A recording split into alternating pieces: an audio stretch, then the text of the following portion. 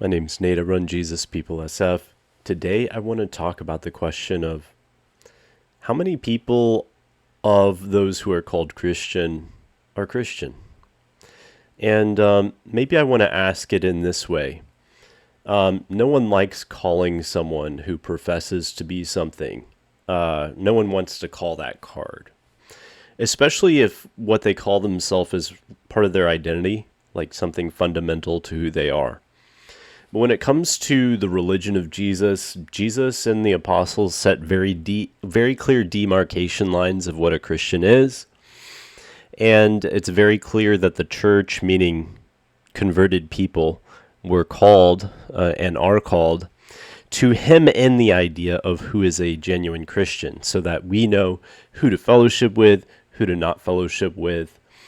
And even though it's not a pleasant thing to question whether someone or a group of people is saved, it's very uncomfortable because you're basically questioning their perception of themselves at a very fundamental level.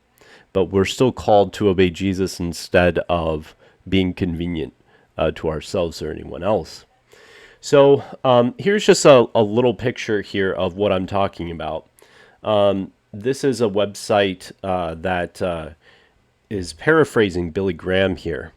And it says that Billy Graham, when he was questioned about how many people who went to his rallies and made a profession of faith, in 1990, he said, after, preaching for almost 40 years, 50 years at that point, he said only 25% of those who had come forward to accept Christ at his rallies actually ended up living any kind of intentional Christian life of growing, serving, becoming like Jesus. Now, when he says that, basically that means they change their outer performance of like how they live their life. So like that's only speaking of like whether they joined a church and started doing Christian-y things. It's not even touching the idea of what is a Christian and whether these people were Christian. So it's very disheartening. And when it comes to the actual teachings of Jesus, I think most people glaze over or gloss over how strict and how very boys club in some ways, not that it has to be boys, but how very strict Jesus' standard is when it comes to what a Christian is. So here, for instance, in Matthew chapter 7, Jesus says, "Not everyone who says to me, 'Lord, Lord,' or 'Kurios, Kurios,'" which is, a title that people would give to Caesar, and Caesar was actually worshipped as a god at seasons of Roman history. Not everyone who calls me basically the supreme Lord, someone who has all rights over their life, is going to enter the kingdom of heaven, but the one who does the will of my Father who's in heaven. Matthew 7:22, "On that day many will say to me, 'Lord, Lord, didn't we prophesy? Didn't we cast out demons? Didn't we do mighty works?' And then I will say to them, 'I never knew you. Depart from me, you workers of lawlessness.'" Now, these people that are saying we prophesied, we did these miracles, these are the only 25% of respondents to Billy Graham's crusades who went forward and changed some aspects of their life outwardly, right? And Jesus is saying among those 25% that changed their life outwardly to be outwardly Christian, there's going to be a huge subset. He says, "Many will say to me." He says, "Not everyone who calls me Lord is, well, number one, not everyone who calls me Lord had me as their Lord." And he says, "Many." So this is a large group of people. And he says, "I never knew these people, even though they prophesied, they literally did cast out demons according to the Lord Jesus. They did mighty works." So, when I was earlier in my Christian life, I just took it for granted. Someone said that they were a Christian. I just believed them. I chose, just based on people generally being sincere and honest, that if you say you're a Christian, you're a Christian. But the problem is that those who say that they're Christian, and even those who have like a Sunday thing going on. They have a membership. They're a pastor. They're from a dynasty of pastors. They do good works. They go on mission trips. Among this group of elites, I've been more disappointed by those folks than by the lukewarm people that like struggle to get up on Sunday morning. It's the dudes that are obsessed with like doing grand things for God, right? Prophesying, casting out demons, doing mighty works. These are the people who are obsessed with religious stuff, right? And Jesus says among those, many of the super religious, the super devoted Sunday people are people that, quote, Jesus never knew. And he's going to kick them out of his eternal presence when they're coming for eternal security in the world to come. And Jesus has other phrases like this in Matthew 24, many are called, few are chosen. Many are called, few are chosen.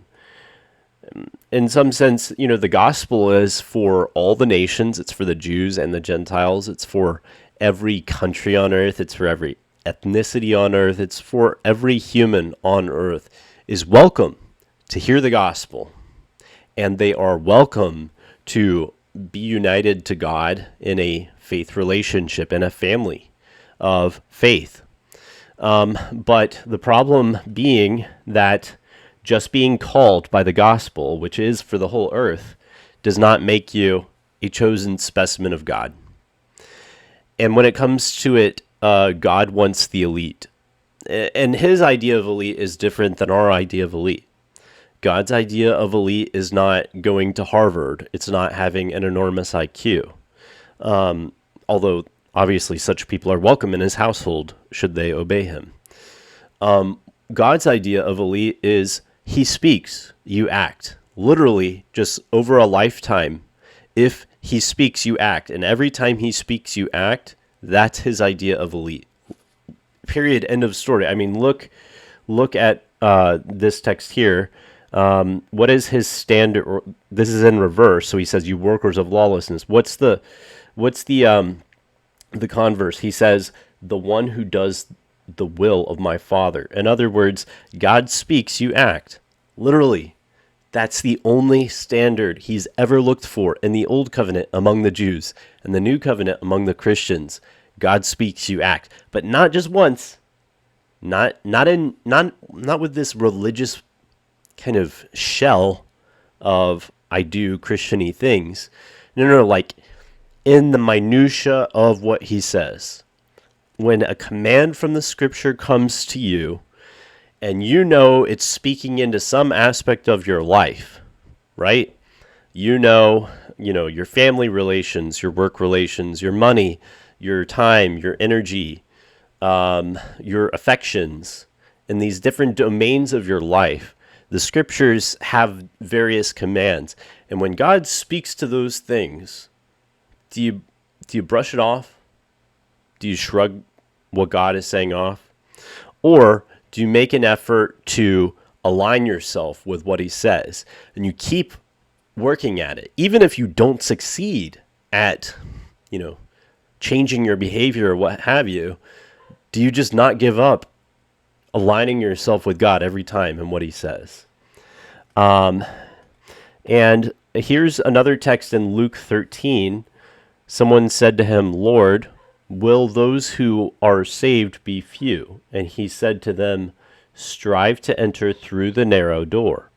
For many, I tell you, will seek to enter and will not be able." When once the master of the house has risen and shut the door, and you begin to stand outside to knock at the door, saying, "Lord, open to us," then he will answer to you, "I do not know where you come from." Very similar to the Matthew 7 text. But here he says, specifically to the question of among so-called Christians, among people of all human history that have said they were Christian, are those who are saved going to be few?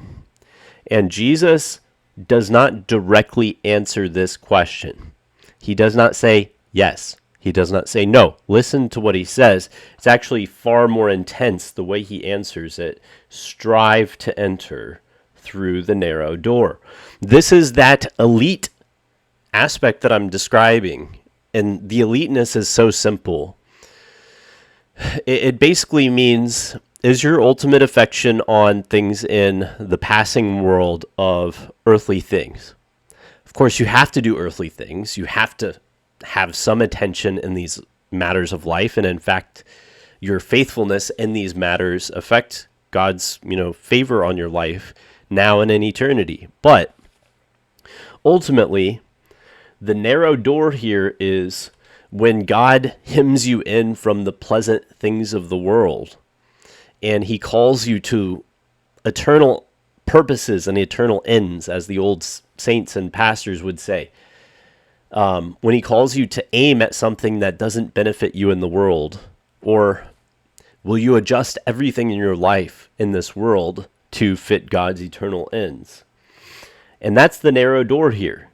It's everything that he's spoken, so that there's nothing that you can bring into eternal Zion that is contrary to his word. Period. Like, his word is like a labyrinth that gets you through the gates of God's glory. But each text gets you through a different part of that maze, that difficulty, that strange path you have to take before going into eternity. And this narrow door here is just basically controlled by, not only do you listen to what he says in the sense of like reading or hearing it out loud, but obeying. That's the narrow door. And he says, many will seek to enter but not be able. Why? Why will they seek to enter and not be able? I think it's because if you look at the major failure of God's people in human history, what's that major failure? It's that ultimately the blessings go to their head. The goodies, the happy things that God gives them becomes the main thing. So that, the religion that God has set up becomes sort of like just one other thing in their life. But the real devotion is the land. The real devotion is their friends and family. The real devotion is fitting in the community. The real devotion is having a lot of money or stuff. The real devotion is getting along with foreign neighbors, being well thought of, we might say, or wheeling and dealing politically, which is what Isaiah critiques the people for. So all of these things, you can live a quasi-Christian life, but when it comes down to it, only those who have wholeheartedly devoted themselves not to Christianity as the entity of Christianity, but like to what God has spoken, right? That's a very rare thing for someone who has taken everything that God has spoken in his word and studied it, not to get religious medals, not to be well thought of, not to be praised by men, not to have any other end than to know what God requires of you, to understand this God, and to fall in alignment with his standard, and to just be synced up with him. And when the person who devotes themselves to that does that simple thing, they are entering through the narrow door. Now, for like a practical, like what does this have to do with me on a daily basis? What does this have to do with how I live my life just in the regular? Well, again, it's not fun to have to like create boundaries in your mind of who's in and who's out. Jesus does actually give you a few principles to live, to use this actually. Jesus says, Matthew 7:15, beware of false prophets who come to you in sheep's clothing, but are inwardly ravenous wolves, you will recognize them by their fruits.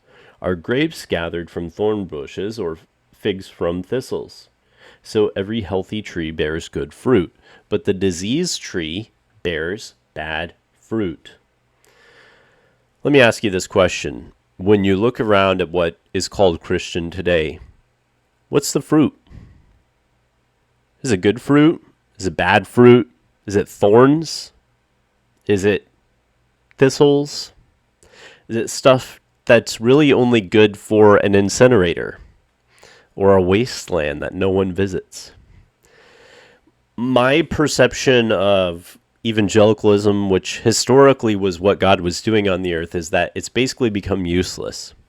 It's a religious thing that just is interested in perpetuating religiosity. It's sort of like when God shifted after the first century and Judaism wasn't his explicit work on the earth anymore. It was Christianity at the time. And it's like Judaism just kept doing the Jewish stuff. But God was doing a new thing.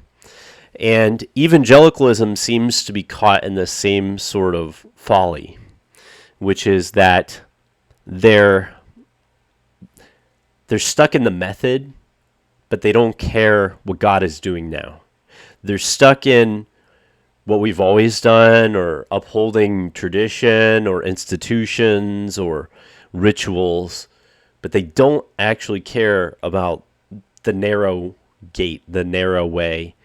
What is God speaking now? Today, if you hear his voice, today, not what was yesterday's command, but like the time-sensitive command God has for now. They're not on board with it. And so I'm just saying, like, when I look at evangelicalism, which until a few years ago I would have called the church, when I look at them, I don't see a healthy tree. I see a diseased tree. And what does Jesus say a diseased tree is going to have happen to it, considering this is a very explicit metaphor? He says, every tree that does not bear good fruit is cut down and thrown into the fire. Thus you will recognize them by their fruits. Now, this has a very practical implication for, the following reason. Basically, don't trust everybody that says they're Christian. As Jesus says in the beginning of this little pericope, this passage, he says, beware of false prophets. Beware of false prophets. And then in the very next pericope is the one we read at the start of this video. Not everyone who says to me, Lord, Lord, and he's going to kick them far away. So on a practical level, these false prophets and these faker Christians affect you on a very real level, because to accept someone as a fellow Christian means your family. It means your brethren. It means that you are spiritual kindred, which allows some intimacy. It allows you to pray with them. It allows you to sit under the same pastors and preachers and all of that. It basically sets you up as someone that is under the same authority or yoke. And so that's why in a season where you see the fruit, the bad fruit of evangelicalism as pretty much ubiquitous, pretty much the whole tree is that, the whole tree. You need to hem in your associations, your agreements, and all of that. My personal view of what season this is come out of her, O my people, that you not share in her judgments and her sins. And so the time has come for a separation from people that are not genuine Christians and whose fellowship is a fellowship of, well, it's not the Lord's fellowship because they're not actually serving the Lord. So if you do see things that are called Christian with the kind of bad fruit that I'm describing and that Jesus is describing in the Gospels, you need to not worry about always being around other Christians, so-called Christians. You need to just focus on the narrow way, what God has spoken. As things get weirder or darker or whatever direction they go, it's more important than ever that your main thing not be religion, that it not be pleasing others, that your main thing be simply what has God spoken and how can you do your best to align what you are and who you are and what you do with what he's spoken. That's all I have today. I hope that this was helpful. Not a fun thing to talk about, breaking fellowship or labeling people, at least internally in your mind, as non-Christian when they're adamant they are, especially if they're people that are close to you. But these are things that the Bible speaks very very sharply about, maybe. And so I hope that you will hearken to just everything that God has spoken. Thanks for your time. Bye.